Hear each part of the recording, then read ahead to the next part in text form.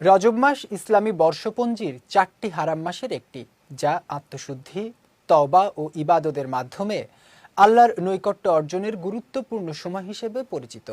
এই মাসে মুসলিমরা বেশি করে নফল নামাজ, কোরআন পাঠ ও সদকা প্রদানের মাধ্যমে নিজের আত্মাকে পরিশুদ্ধ করার সুযোগ পায়। কোরআনে রজব মাসে যেসব আমল করার কথা বলা হয়েছে তা নিয়ে বিস্তারিত সঙ্গীতা শাহর ডেস্ক রিপোর্টে।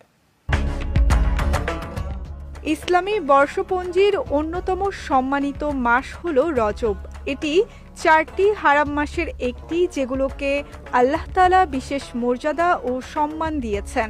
রজব মাস একজন মুমিনের জন্য আত্মসমালোচনা, আত্মশুদ্ধি এবং ইবাদতের মাধ্যমে আল্লাহর নৈকট্য অর্জনের গুরুত্বপূর্ণ সময় হিসেবে বিবেচিত।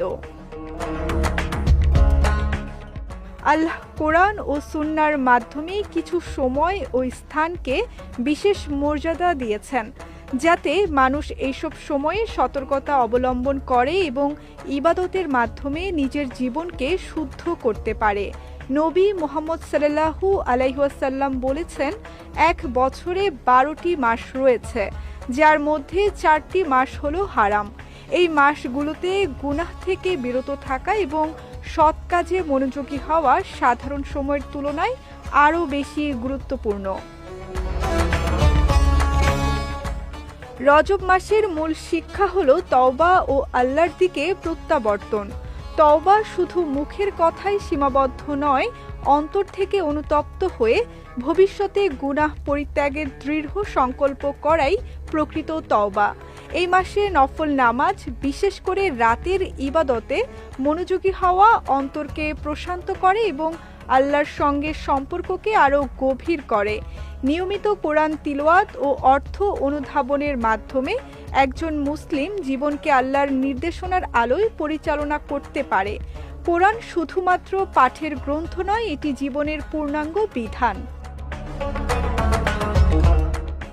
রজব মাসে দান সদকা, অসহায়দের সাহায্য এবং সমাজে ন্যায় ও সহমর্মিতা বৃদ্ধি করা অপরিসীম গুরুত্বপূর্ণ। এতে শুধু সমাজ উপকৃত হয় না, বরং দানকারীর অন্তরও প্রশান্তি লাভ করে। একই সঙ্গে এটি মানসিক ও নৈতিক পরিশুদ্ধির সময়। রাগ, অহংকার, হিংসা ও খারাপ অভ্যাস নিয়ন্ত্রণ করা, জিহ্বা ও দৃষ্টি হেফাজত করা এবং অন্যের প্রতি সদাচরণ করা এই মাসের প্রকৃত আমলের অংশ। সবশেষ রজব মাস হলো শাবান ও রমজানের প্রস্তুতির সময়। যে ব্যক্তি এই মাসে নিজের আত্মাকে